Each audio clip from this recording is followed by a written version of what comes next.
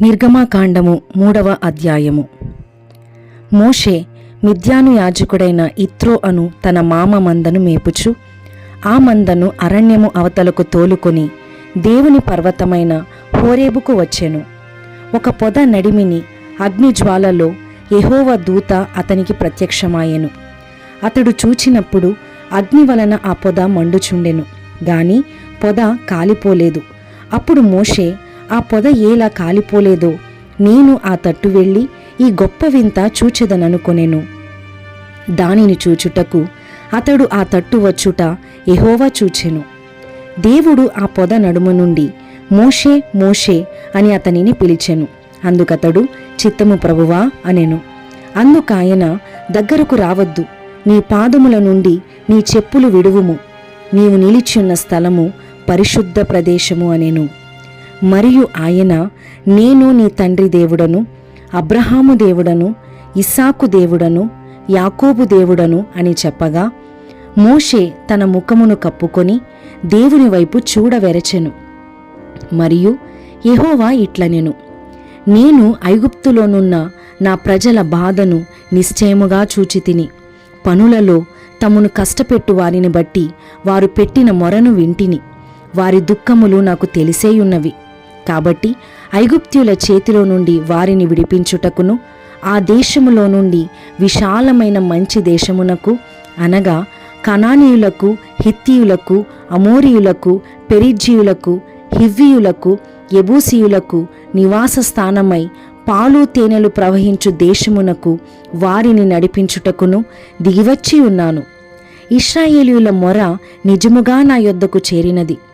ఐగుప్తీయులు వారిని పెట్టుచున్న హింస చూచితిని. కాగా రమ్ము, నిన్ను ఫరో యొద్దకు పంపెదను. ఇశ్రాయేలీయులైన నా ప్రజలను నీవు ఐగుప్తులో నుండి తోడుకొని పోవలెననెను. అందుకు మోషే, నేను ఫరో యొద్దకు వెళ్ళుటకును ఇశ్రాయేలీయులను ఐగుప్తులో నుండి తోడుకొని పోవుటకును ఎంతటి వాడనని దేవునితో అనగా, ఆయన, నిశ్చయముగా నేను నీకు తోడయుందును, నేను నిన్ను పంపితిననుటకు ఇది నీకు సూచన. నీవు ఆ ప్రజలను ఐగుప్తులో నుండి తోడుకొని వచ్చిన తరువాత మీరు ఈ పర్వతము మీద దేవుని సేవించెదరనెను. మోషే, చిత్తగించుము, నేను ఇశ్రాయేలీయుల యొద్దకు వెళ్ళి వారిని చూచి మీ పితరుల దేవుడు మీ యొద్దకు నన్ను పంపెనని వారితో చెప్పగా వారు, ఆయన పేరేమి అని అడిగిన ఎడల వారితో నేనేమి చెప్పవలెనని దేవుని అడిగెను. అందుకు దేవుడు, నేను ఉన్నవాడను అనువాడనై ఉన్నానని మోషేతో చెప్పెను. మరియు ఆయన, ఉండుననువాడు మీ యొద్దకు నన్ను పంపెనని నీవు ఇశ్రాయేలీయులతో చెప్పవలెననెను. మరియు దేవుడు మోషేతో ఇట్లనెను, మీ పితరుల దేవుడైన యెహోవా, అనగా అబ్రహాము దేవుడు, ఇస్సాకు దేవుడు, యాకోబు దేవుడనైన యెహోవా మీ యొద్దకు నన్ను పంపెనని నీవు ఇశ్రాయేలీయులతో చెప్పవలెను. నిరంతరము నా నామము ఇదే, తరతరములకు ఇది నా జ్ఞాపకార్థక నామము. నీవు వెళ్ళి ఇశ్రాయేలీయుల పెద్దలను పోగు చేసి, మీ పితరుల దేవుడైన యెహోవా, అనగా అబ్రహాము, ఇస్సాకు, యాకోబుల దేవుడు నాకు ప్రత్యక్షమై ఇట్లనెను, నేను మిమ్మును ఐగుప్తులో మీకు సంభవించిన దానిని నిశ్చయముగా చూచితిని. ఐగుప్తు బాధలో నుండి పాలు తేనెలు ప్రవహించు దేశమునకు, అనగా కనానీయులు, హిత్తీయులు, అమోరీయులు, పెరిజ్జీయులు, హివ్వీయులు, యెబూసీయులు నా దేశమునకు మిమ్ము రప్పించెదనని సెలవిచ్చితినని వారితో చెప్పుము.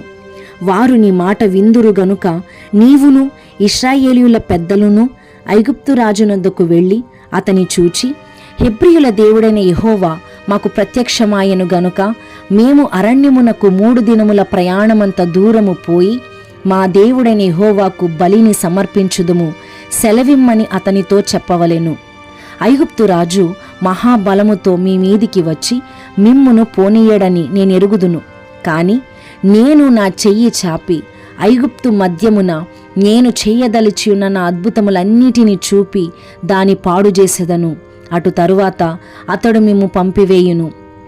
మరియు నేను ఈ జనుల ఎడల ఐగుప్తీయులకు కటాక్షము కలుగజేసెదను గనుక మీరు వెళ్ళునప్పుడు వట్టి చేతులతో వెళ్ళరు.